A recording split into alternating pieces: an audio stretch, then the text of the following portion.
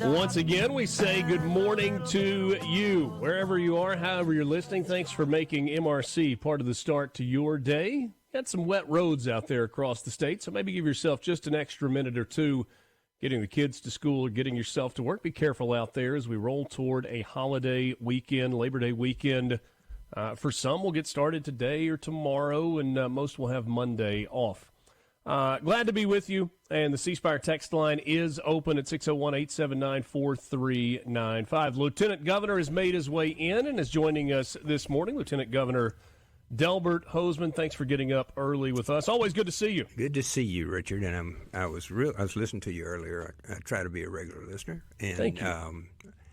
I had forgotten we start football tonight. I guess I was looking forward to the Ohio State, Texas, Notre Dame plays Miami. I mean, we got big games this weekend, and I forgot we start. Right off the bat, right here tonight. So I'm kind of excited about it. And Mississippi State and Southern play on Saturday, which should be a good game. Two new coaches, really one Mississippi State's second year, and one Southern's first year. Yeah, a lot of new players on both of them. A lot of new players. Yep. So you know all of that stuff. So I'm just excited to let it get started. And then then Monday is dove season. So I mean everything is going well right now. Well, and just to add to the menu of things to do, you've also got high school football happening, a bunch of Thursday night games, a bunch of Friday night games all over the state. So it's Tupelo that time of down year. Here. Tupelo plays tonight down here, and it's going to be exciting. Or tomorrow night, I guess. Yeah, lot going on. And then there is another really big thing that is happening tomorrow. Tomorrow we commemorate the 20th anniversary of Hurricane Katrina. My wife and I were talking about it last night. She's like, there's no way it's been 20 years. Yep. It kind of goes by in a hurry. A lot of things happening on the coast. I think you'll be there for some of those tomorrow, some ceremonies that are happening. And we spent a lot of time this week talking to different people that were involved in different ways. From a big picture standpoint, as we look in the rearview mirror, what's kind of the first thought that comes to mind for you? Well, my basis for this is when all of this occurred, everybody up in Jackson wanted to do something. I mean, our fellow members of the coast were just devastated. 65,000 homeless people, hundreds deaths, and no electricity, no anything. So Christ United started a system really where they asked people to come in, and cars would pull up with water and diapers and milk and whatever they were going to pull up in. We would unload the car, put it in the gym, and then would stack it where in the same van we put all the water together and whatnot, and then we loaded them into trucks. And so while I was doing that, they said, well, we need somebody to drive a truck down here. Can anybody drive a stick shift? And, of course, I had one when I was growing up. I said, sure. So I started driving trucks to the Mississippi. It's a lost art. And I did. And I didn't grind the gears or anything. I got up in there. And so I drove down to the coast. You see those bench seats in the front and then a huge big box in the back. So that's what I was driving. Of course, I didn't have a commercial driver's license. I don't know at that time whether it really mattered. In any event, we would drive down to the Gulf Coast, to Moss Point, Pascagoula. I went to Biloxi Gulfport with milk and babies' diapers and all kinds of things that we would load that were given by the people up here in Jackson, Mississippi, to be delivered down there. So I got a pretty good view of what was going on while I was down there. You had to stop in Hattiesburg and fill up with diesel because there was no way to fill up on the coast. Everything was closed, and there was no electricity. And when I went down there, and I'd go to these people, and I don't know what I really expected, Richard. You've lost everything. Yeah. And so I took, at this particular time, I had a young black lab that I had acquired, and so I took him with me. And so I'd get out the thing, we'd start unloading this truck. It was full of stuff. And the lab would be running around, and people were so excited to see this puppy. And I thought, isn't that interesting? They've lost everything. You would think you would be very angry and can I get in that truck and get out of here? But there was none of that, Richard.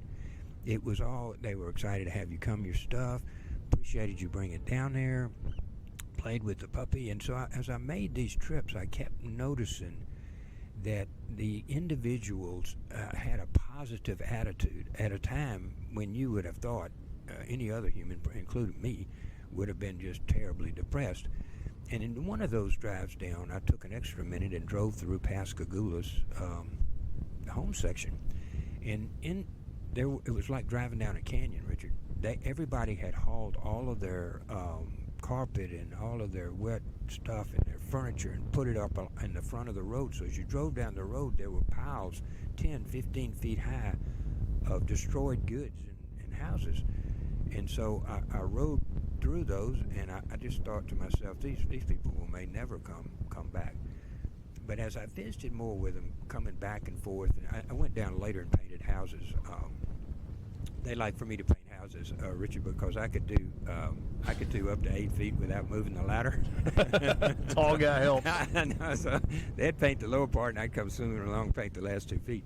But in any event, it dawned on me that these people were going to build back, obviously for themselves, but really for the next generation.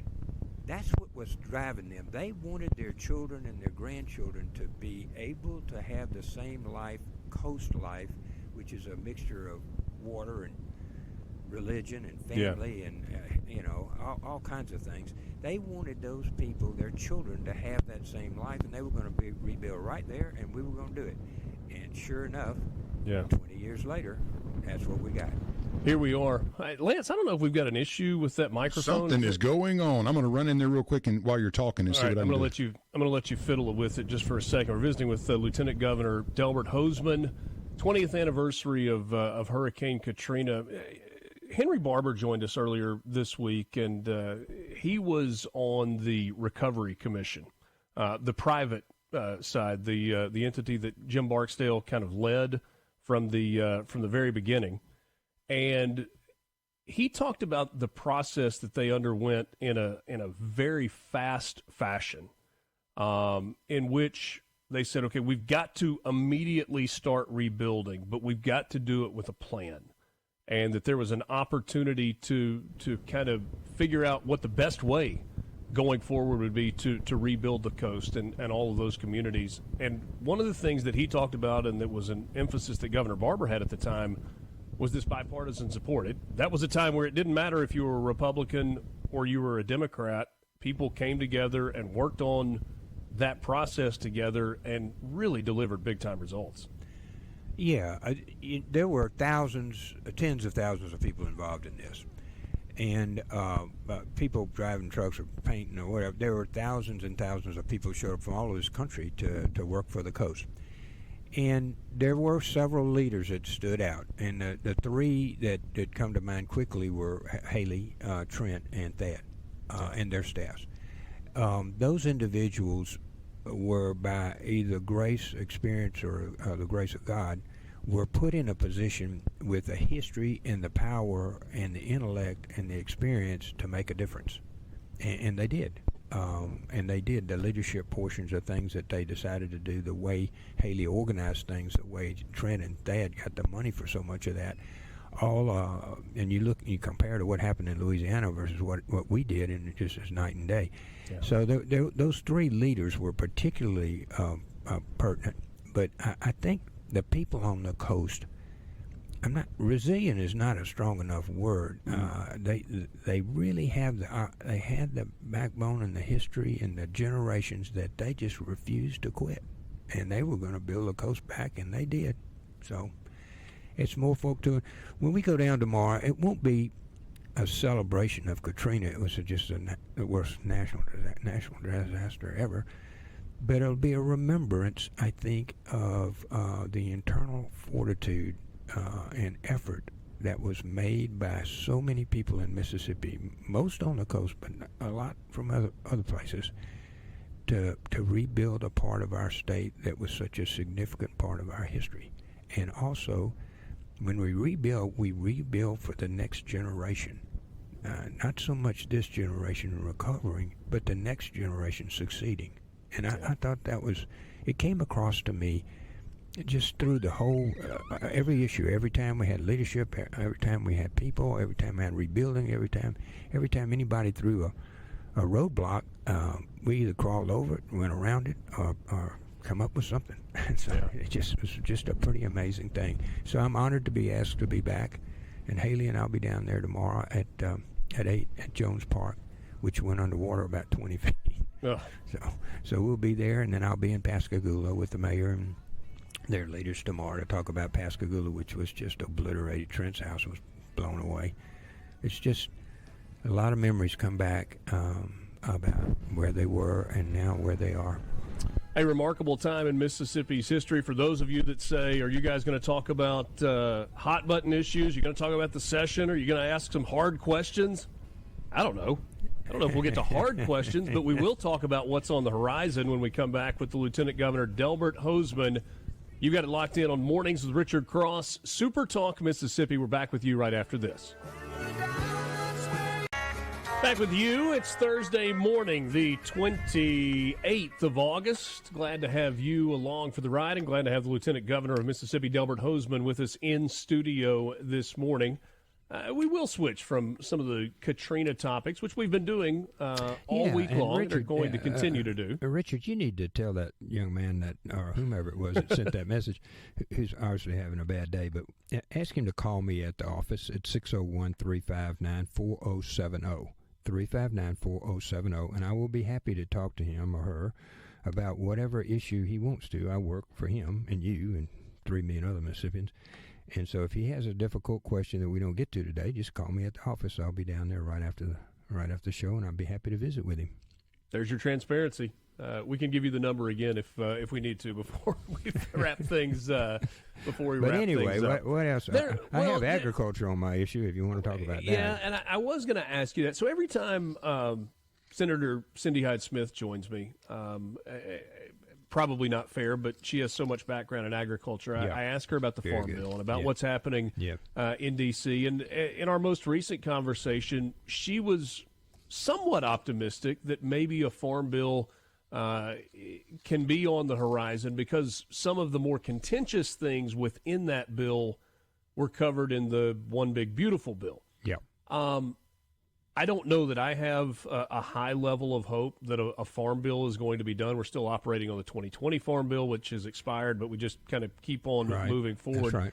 Is there anything at the state level that we need to be looking at that might be helpful to our farmers? Absolutely. And first of all, Cindy did a great job. So did Trent Kelly in getting some emergency relief. I think it's up to $250,000 for soybean farmers. But that is very helpful and more than a Band-Aid, but it's not covering the losses. And if you were a corn producer, you lost $257 an acre last year. If you were a cotton producer, you lost $368. If you were rice, it's $157, and soybean $184 an acre. That's what your loss was. So if you farm a couple thousand acres, you can do the math. Well, forgive me for interrupting. That's not because crops were terrible either. That's correct. We've had some really good crop years. That's right. But the input prices are so astronomical right now. Yeah, and let's talk about those. Right now, they're running about $9.75 a bushel on soybeans. Their input cost in America and for our farmers is about $12.05. So we're losing around $2.25 or $2.30 a bushel. Now, when you go back to this, our input costs are exceptionally high. As you know, land costs are high here than in Brazil, who is our major competitor in this. But there's also been this outside force that has come into play. Before, in 2023, 2024, there were like 25 million metric tons were sold. And over 50% of those out of the U.S. were sold to China. Now, so far, China has not bought one bushel of soybeans. Hence, when we have record crops, as you're just pointing out, and our farmers do this phenomenal job and our yields are way high, when that occurs, we have excess capacity because China's not buying, Richard. Now, that's part of an overall geopolitical tariff fight that the President of the United States has taken on. Thank goodness. We made a lot of other countries rich at our own expense. And I am very prepared for him to continue, as he has with the EU, with Japan, North Korea, all these different countries, reached agreements on tariffs. They have an extra 20% tariff on our soybeans in China now. And that tariff makes us non-economic to them. And then Brazil now, I bet they're about 70% of their soybeans from Brazil and about 20% from us. You can see, if you track all of those, you can see the methodology as China has moved away from buying soybeans, and that's not, I'm just using that soybeans as a topic, but they've moved away from buying these. The big fight, and of course they're holding this hostage in regards to other tariff things that the United States is placing on them, and this fight that the President of the United States is in about free and fair tariffs among us and others. They've also stolen our intellectual property. There are a lot of other issues that go along with this. Agriculture is one of them. So when we look at the different things, we'll have a hearing in October. My Senator Neil Whaley is going to chair that, and we've been in pretty constant conversations here in the last few months. And we want to talk about a lot of different things. First is a diversity of utilization of the product. Are there other things we can do with soybeans like they do with ethanol or corn? Are there other things we can do with our soybean product? That's clearly one of them.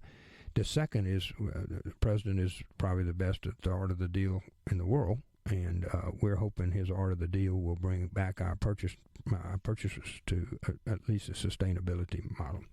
The third is what you were talking about. Cindy Hyde-Smith needs a new farm bill. The old farm bill payments weren't until next year, even these emergency ones, so our guys are just hanging on, and the bankers are telling them they're not going to furnish them, which means they're not going to lend them the money to put in the crop. And that has led to a large number of long-term farmers saying, I can't do it anymore. And, that's right. And many have gotten out of the business. That is correct, and they're selling when they sell their tractors and everything, they're not coming back. Right. That's the final. And in some cases, selling their land as well. And you understand why they would do that. It's obviously very valuable. We just saw, I think it was yesterday, the governor of Texas saying that Texas was going to put in a law that was banning the sale of property to foreign adversaries. Is that something that you're behind for Mississippi? Yeah, we don't want foreign adversaries. We passed a bill that was that you couldn't have anybody that was distributing it was determined to be an enemy of the United States couldn't own property here. Of course, China was one of those, and North Korea, and there were a number of others, Iran, others that we presented that we would not have foreign foreign ownership of Mississippi property. That is problematic to me. I want our own guys and girls to own it. I want a place for our young farmers to be able to negotiate a deal with somebody that's from the neighborhood.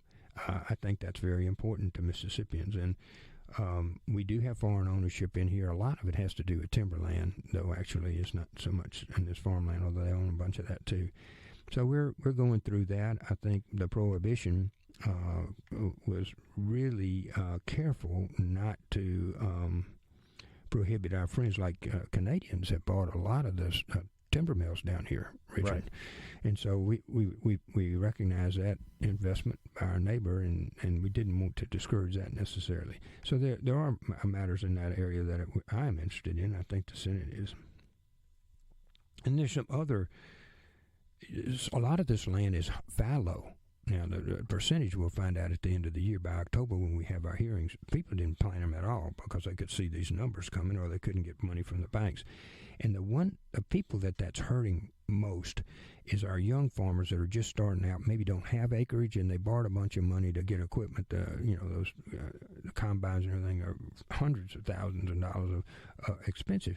And so they have gotten into this scenario where they have equipment but no land to sell or no capital to fall back on. And we got to be very careful. We can lose our young farmers here to where we wouldn't have anybody really who was either retired or wasn't going to get in the business, and then there were no young farmers, so we don't have any farmers at all. So, but what's the? I think a lot of the problems that exist are pretty well documented in terms of solutions. What can we do at the state level that is a reasonable solution that's helpful to farmers? Well, quite frankly, unless we get the tariffs with China straight, we really have too big an elephant for us. The second thing, strangely enough, that you should bring it up, but Brooke Rollins, the Secretary of Agriculture, is at Mississippi State University today. Right. And she'll be down here at down in Jackson, and we hope to be talking to her later on today about what the new farm bill would look like. And we need, for our farm bill, provide us protection from catastrophic events, that kind of thing, and make sure that our people can make a profit. The biggest thing we've got to get to is where our farmers make a profit on their own, not necessarily on the subsidies or whatever, or basically the processes where you don't have a catastrophic event in any 1 year or more. Right. We've had 3 of them now, 3 years in a row. So we need to get where they're profitable, and some of the goods that they're moving, the ones that did a little better had several different crops: corn, soybeans, cotton. And I think we will be analyzing each of those, and our discussions on our hearings will show these things that I'm telling you about how devastating this has been to agriculture. But some of these will be, how do we utilize a product in a different way? Are there other opportunities other than feeding hogs and chickens and whatnot? And then the second thing, in addition to how do we use it in a different way, are there different products that can be produced on the richest soil in the world that would be economically feasible for farmers? And if so, are there ways in which the state can help them start that process? Visiting with Lieutenant Governor Delbert Hosemann. We're going to take a quick time out. We will wrap up the hour with him, the 7 o'clock hour, on the other side of this break. Try to jump to a couple of other topics before we finish up today as well. Mornings with Richard Cross. Glad to be with you on SuperTalk Mississippi. Don't forget the C Spire text line is open to you, 601-879-4395. We're back right after this. Thursday morning with you. It's Mornings with Richard Cross. The Lieutenant Governor, Delbert Hosemann, is my guest. Just a few minutes left with him. You spoke at the Neshoba County Fair a few weeks ago and laid out some of the agenda items that are on your radar as we move closer toward the 2026 legislative session. Among those was education, and obviously everybody's antennas go up when we start talking about education in the state of Mississippi. Yeah. I don't know, well, this is an opinion. I think the things that you're proposing that you talked about at Neshoba are things that are incredibly important, but I don't know if they're the issues that a lot of people in Mississippi are talking about. Another teacher pay raise, trying to get retired teachers in some cases back into the classrooms. That's correct. Both of those are right. Chronic absenteeism, that's an issue that you and I have talked about before, something we've got to do to make sure that kids get back into school. Statewide ban on cell phones. I think a lot of people would agree with a lot of those, and yet the question always goes back to, what about school choice? And we know that your colleagues on the other side of the Capitol are pretty heavily focused on that. The governor seems to be as well. So as part of the school choice conversation, what does that look like as we go into this 26th session from the Senate perspective and from your perspective? Well, first of all, our Senator Dennis DeBar is on active duty, and we'll have our hearings in October when he comes off active duty at the end of September. Okay. So we'll have our hearings, and it'll include the things that you're talking about, cell phones. It'll include portability, how you move around between schools and who pays for that. I've long been a supporter of the fact we should not hold anyone at a school that wants to move. And so the same with those. We want to address consolidation, particularly as it applies to F schools. F schools, as you know, we have a couple of them here in Mississippi, and they really are teaching our children virtually not anything at all to get to an F school. Very difficult. Can I interject there? Yeah. Just is there I think there's a difference. Is there a difference in your mind in school consolidation and district consolidation? Yeah, sometimes we try to deal with the districts, and the schools are, you may have one bad school and 5 really good schools, and that needs to be a local problem. That doesn't need to be a state problem. When you have a district that's an F district, then that poses a problem for all the kids in that district, no matter how many schools there are. So I differentiate between those two. We have some other things, Richard. I want to go back to one, but we have what I call a 3rd to 8th grade slump that I've been meeting with the Department of Education about. We actually, from the 3rd grade, slow down in a slow decrease to abilities to the 8th grade. We want to address those and make sure that our 8th grade students are accelerating versus deaccelerating to the 8th grade. Teacher pay is one of those, as you just mentioned. I'm concerned a little bit about the 12th year. It seems to be about half vacation for some kids. And I'm not really understanding that, because the 12th year is probably not sufficient anymore for our kids to be competitive economically. And when you look at all the AI that's come here, and the electric plants, and the government's doing a great job, and all the aluminum plants, I met with one of the users just a couple of days ago. But when you look at all of the industry that's coming here, you need the intellectual capacity on coding, for example, on how you operate difficult machinery. All of those things come. We don't need to kind of have a half-school 12th grade. In fact, we probably need a 13th year. And so one of the things we're talking about doing is called Mississippi Reconnect, where men and women who have been out of the workforce, maybe more senior, will have the ability to come back to a community college and get their skills upgraded for the new industries that have come to Mississippi. No tuition free. So I think that's really important, our reconnect to upgrade your economic future. I think those are important. So we have a number of different issues that I'm concerned about, and the money obviously drives a lot of it.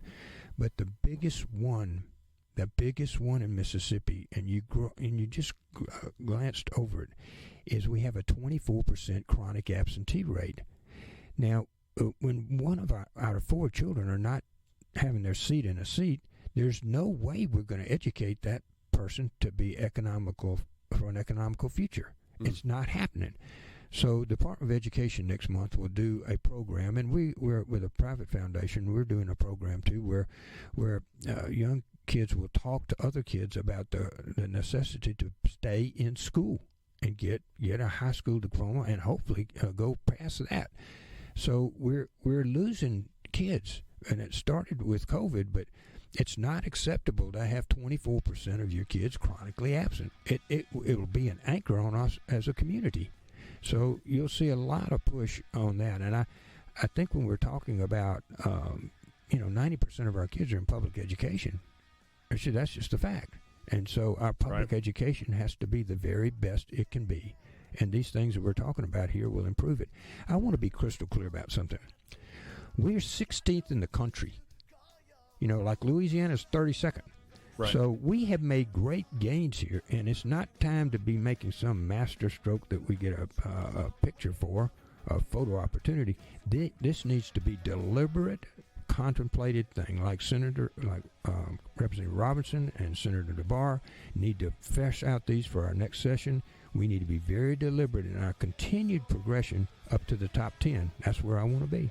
Lieutenant Governor, we're out of time. I appreciate you coming in this morning. It's good to see you, Richard. We look forward to seeing you at the games and stuff.